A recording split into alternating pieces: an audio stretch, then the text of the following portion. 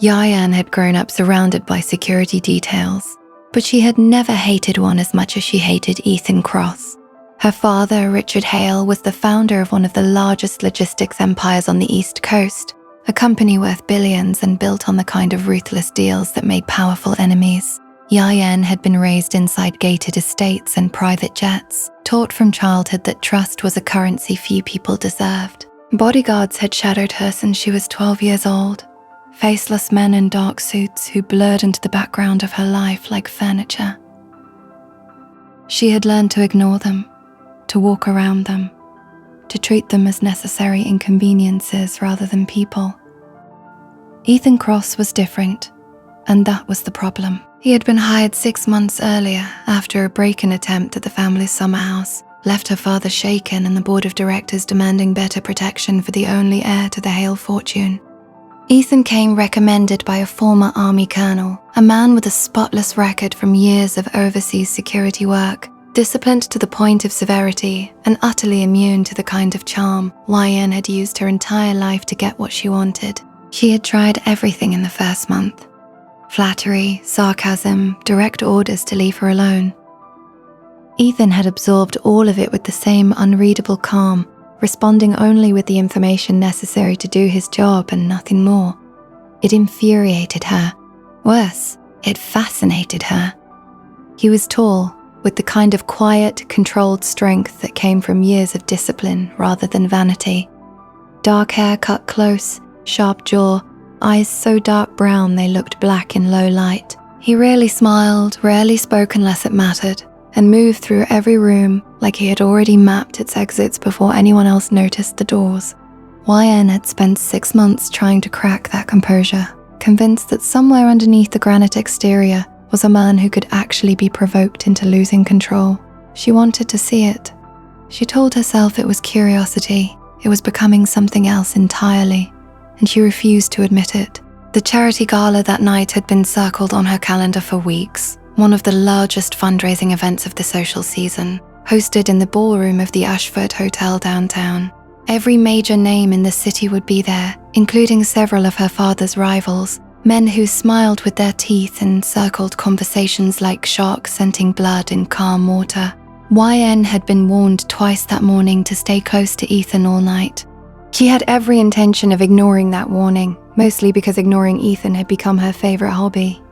The moment the car pulled up to the hotel entrance, she stepped out without waiting for him to open her door. She heard him exhale behind her, that low, controlled breath he always released when she did something reckless. It was becoming her favorite sound to provoke. Ethan, you could wait for me. Yayan, you could keep up. She flashed a smile at a cluster of photographers waiting near the entrance, cameras flashing in quick succession. He didn't smile. He never smiled.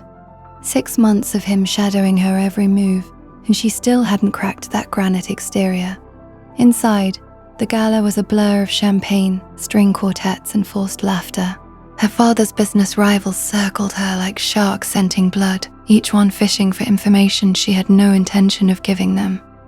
Ethan stayed 3 feet behind her all night, exactly where protocol demanded, his gaze cutting through the crowd like he was cataloguing every exit, every threat, every man who looked at her a beat too long. She hated how safe that made her feel. She hated it more because she liked it. Near midnight, he leaned in close enough that only she could hear him over the music. Ethan, we should go. I don't like the energy in this room. Yayan, you never like anything. Relax, Ethan. Nobody's going to kidnap me at a charity gala. Ethan, that's exactly when they do it. She rolled her eyes and walked away from him, weaving through the crowd toward the terrace doors at the far end of the ballroom. She heard him following, his footsteps quick but measured, and something reckless sparked in her chest. She wanted to test him. She always wanted to test him. The terrace was empty, except for shadows and the distant hum of the city below. She leaned against the stone railing, feeling the night air cool against her flushed skin, and didn't turn when she heard the door open behind her. Ethan, you shouldn't be out here alone. Yayan, I'm not alone. You're here. Ethan, that's not the same as being safe. She finally turned to face him, arms crossed, chin lifted in that defiant way that made his jaw tighten every single time. YN. Do you ever stop working, Ethan? Even for one night? Ethan. No. YN. That sounds exhausting. Ethan. It's the job. YN. Is that all I am to you? A job? The question hung between them, sharper than she meant it to be. Something flickered across his face, there and gone so fast she almost missed it. He stepped closer, and for a moment she thought he might actually answer honestly. Then his phone buzzed against his hip. He glanced at it, and his expression hardened instantly, the softness gone like it had never existed. Ethan, we need to leave, now. Why? Ethan, now, YN. His hand closed around her wrist, firm but not rough, and he pulled her toward the terrace's side exit instead of the main doors. She dug her heels in, more out of stubbornness than actual resistance. YN, you can't just drag me around like, Ethan. There's a credible threat in this building. His voice dropped low, urgent, all business now. I am not explaining this to you twice. Move. Something in his tone finally silenced her. She let him lead her down a service stairwell, his hand still wrapped around her wrist, his body angled slightly in front of hers the entire way down, shielding her from a threat she couldn't see and didn't fully understand. Her heels clicked against concrete steps, and somewhere below them a door slammed, and Ethan's grip tightened protectively without breaking stride. By the time they reached the private exit and the waiting car, her heart was hammering, not entirely from fear. The drive home was silent. Ethan sat across from her in the back seat, jaw tight, eyes on the window, radiating attention she'd never seen in him before. His hands rested on his knees, fingers curled like he was holding himself back from something. She studied his profile in the passing streetlights, the sharp line of his jaw, the way his throat moved when he swallowed. She had never seen him rattled. It unsettled her more than the threat itself had. When they reached the estate, he didn't wait for the driver. He opened her door himself and walked her inside, his hand hovering at the small of her back, steady and unyielding, guiding her through the grand foyer like she was something fragile he refused to let break. Ethan, that's twice tonight you ignored a direct safety instruction. YN, I didn't know there was a threat. Ethan, you didn't ask. You never ask. You just do whatever you want and expect me to clean up after it. He ran a hand through his hair, something she'd never seen him do before. The gesture was so human, so unguarded, it caught her off balance. Ethan, do you have any idea what it's like watching you walk toward danger every single day because you think you're invincible? IN, I don't think that. Ethan, you do. He stepped closer and she found herself backing up without meaning to, until her shoulders met the cool marble of the hallway wall. The chandelier light above caught the dark intensity in his eyes, and for the first time in 6 months, she couldn't read what was going on behind them. It scared her a little. It thrilled her more. Ethan, you test everyone around you. You test me. Every single day. Her breath caught. This close, she could see the flecks of gold in his dark eyes, the muscle ticking in his jaw, the restraint visibly fraying at the edges like a rope stretched too far. YN, maybe I like seeing what it takes to get a reaction out of you. Ethan, don't. YN, don't what? Ethan, don't push me like this. His hand came up, not touching her, just bracing against the wall beside her head, caging her in with his presence alone.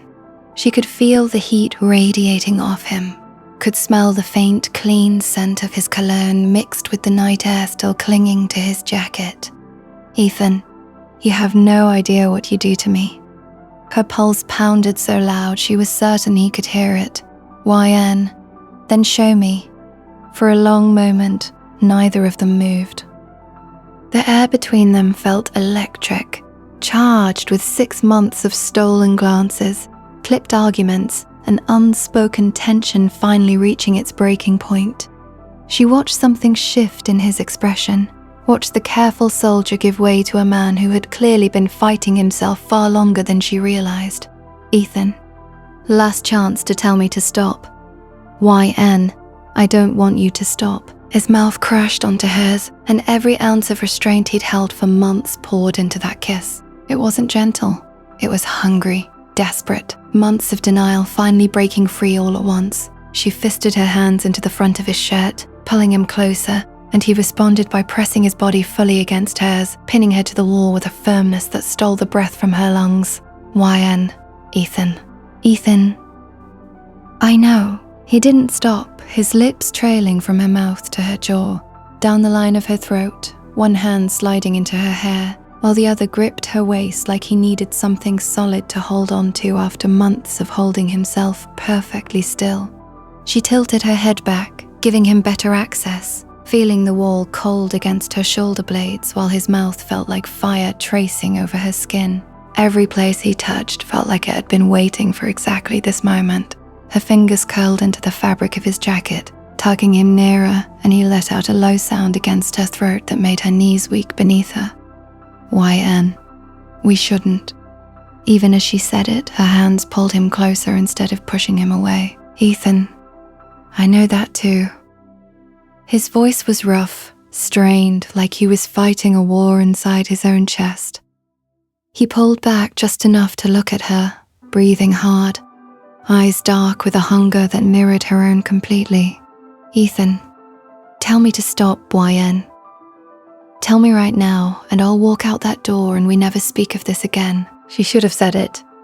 She knew somewhere in the rational part of her mind that she should have said it. Instead, she reached up, pulled his mouth back down to hers and answered him the only way that mattered, with another kiss, slower this time, deeper, full of a promise neither of them was ready to say out loud yet. He groaned against her mouth, and something in him seemed to finally give way entirely. His hands moved with more certainty now, one splayed against the small of her back, drawing her flush against him, the other cradling the back of her head as if she was something precious he'd been forbidden to touch for far too long. She could feel the steady, powerful thud of his heart matching the frantic rhythm of her own, and it undid her more than anything he'd said all night. YN, Ethan, if we don't stop now, Ethan, I don't want to stop. The words came out low and certain, all his usual restraint stripped away. He kissed her again, harder this time, walking her backward with him as they moved from the hallway wall toward the staircase, neither willing to break the contact between them for more than a breath. Every step up the stairs was punctuated by another kiss, another murmured word neither of them fully registered, driven by 6 months of denial finally collapsing under its own weight. By the time they reached her bedroom door, both of them were breathless, foreheads pressed together, hands still tangled in each other like letting go might break the spell entirely. Ethan, if you want me to leave, tell me now, because after this I don't think I can go back to just being your bodyguard. YN, I don't want you to be just my bodyguard. That was all the permission he needed. He kissed her again, slower this time, savoring instead of rushing, and pushed the door open behind her. What followed was a night neither of them had planned for, and neither of them could have stopped, even if they tried. Months of tension finally giving way to something neither could name out loud yet, but both of them felt completely, entirely in the way his hands finally learned every place she'd wanted him to touch, and in the way her name sounded different in his voice by the time the night was over. When morning light finally crept through the curtains, Ethan lay staring at the ceiling, YN's head resting against his chest, her breathing slow and even in sleep. His arm was wrapped around her like it belonged there, like 6 months of professional distance had never existed at all. He should have felt guilt. He should have felt like he'd broken every rule he swore to follow. Instead, all he felt was the terrifying, undeniable certainty that he never wanted to let her go. YN, you're still here. Her voice was soft, barely awake, but her eyes were open, watching him carefully like she expected him to bolt. Ethan, I'm still here. YN, this changes everything. Ethan, I know, Neither of them moved to step away from the truth sitting heavy between them.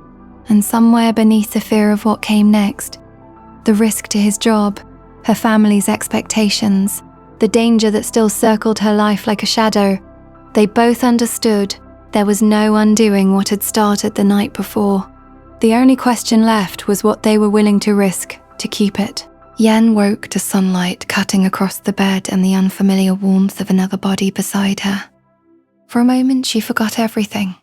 The gala, the threat, the argument in the hallway, until she felt Ethan's arm tighten around her waist and it all came rushing back at once. Ethan, morning. His voice was rough with sleep, quieter than she'd ever heard it. She turned to face him, hair falling across the pillow, and found him watching her with an expression she'd never seen on him before, unguarded, almost uncertain. Yorna, you're still worried I'm going to regret this. Ethan, aren't you? Yorna. He exhaled like he'd been holding that breath since he woke up and pulled her closer, pressing a slow kiss to her forehead, then her temple, then finally her mouth. It was different from the night before, less desperate, more certain, like he was allowing himself to actually feel it instead of just surviving it. The days that followed were harder than either of them expected. Ethan kept his distance in front of the household staff and her father's security team, falling back into the role of silent, professional bodyguard the moment anyone else entered the room. But the moment they were alone, that distance collapsed instantly. He'd catch her wrist in empty hallways and press her back against the nearest wall for a kiss that left her breathless. She'd find excuses to brush past him in doorways, just to feel his hand catch her waist and steady her, lingering a beat longer than necessary. It was reckless. It was addicting. Neither of them could stop.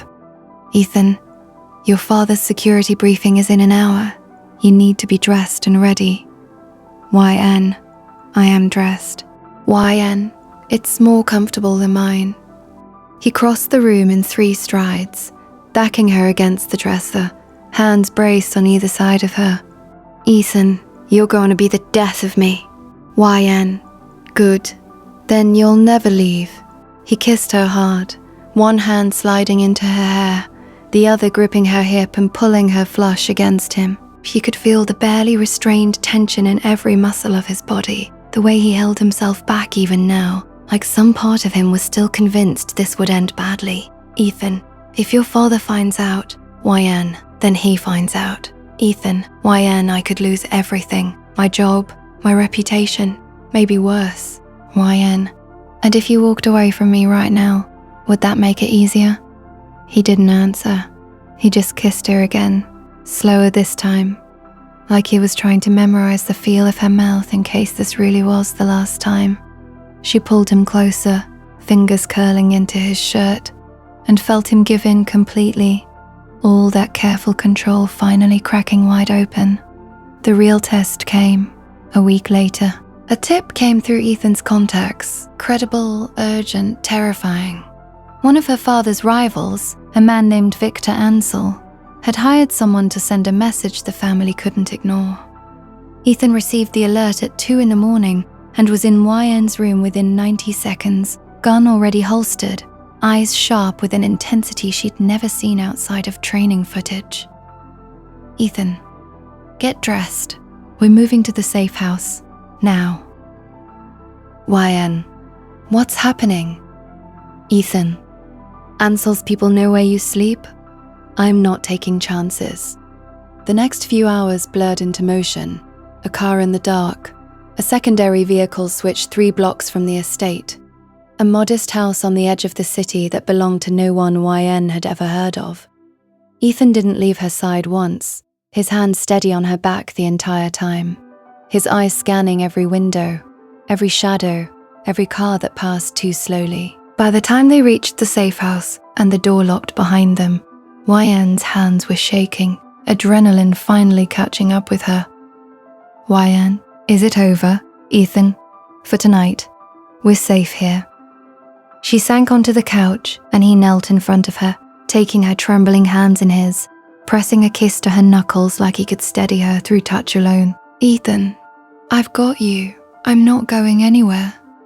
YN, promise me. Ethan, I promise. The fear cracked something open in both of them, some last wall of hesitation finally giving way completely.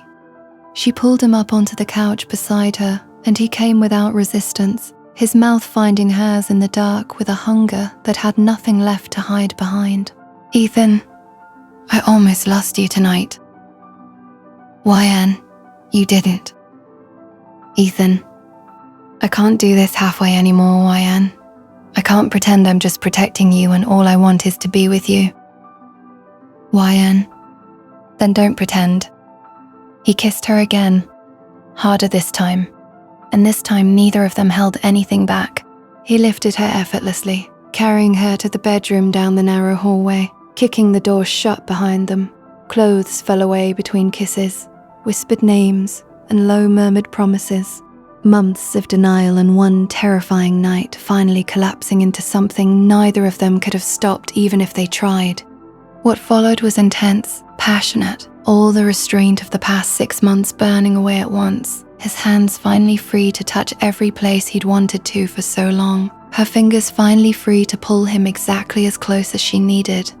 It was desperate and slow by turns, tender in one breath and consuming in the next. Two people who had spent months circling each other, finally choosing to stop running. Hours later, tangled together beneath the sheets, YN traced her fingers over the faint scar on his shoulder, a souvenir from some mission he never talked about. YN, tell me this was real, not just adrenaline, not just fear. Ethan, it was never just adrenaline, not for me. YN, how long? Ethan, since the 3rd week. You threw a wine glass at a wall because I wouldn't let you take the motorcycle out alone, and I realized I was already in trouble. She laughed softly, the sound warm in the quiet room. YN, I remember that glass. Ethan, I still have the scar from the cleanup. UN, you deserved it. Ethan, probably. He pulled her closer, pressing a kiss to her hairline, and for the first time since this all began, neither of them felt the need to pretend it was anything less than exactly what it was. Morning came too fast. Ethan's phone buzzed with an update. Ansel's man had been intercepted overnight, the immediate threat neutralized. Though the danger to the family wasn't fully over, he read the message, then looked at YN still curled against his side and made a decision that had been building for weeks. Ethan, I'm going to talk to your father. YN, about the case? Ethan, about us? YN, Ethan, I'm not hiding this anymore. Whatever it costs me, I'd rather lose the job than lose this. She sat up, searching his face for hesitation and finding none. YN, he might fire you on the spot. Ethan, then he fires me. I'll find another way to keep you safe. I'm not walking away from you to keep a paycheck. YN, you really mean that? Ethan, I've never meant anything more. She kissed him then, slow and certain, no fear left in it at all. YN, then let's go tell him together. Whatever came next, the board's disapproval, her father's fury, the risk to Ethan's career, they would face it as two people who had finally stopped fighting the one thing that had been inevitable since the night she pushed him too far. And he pushed her right back.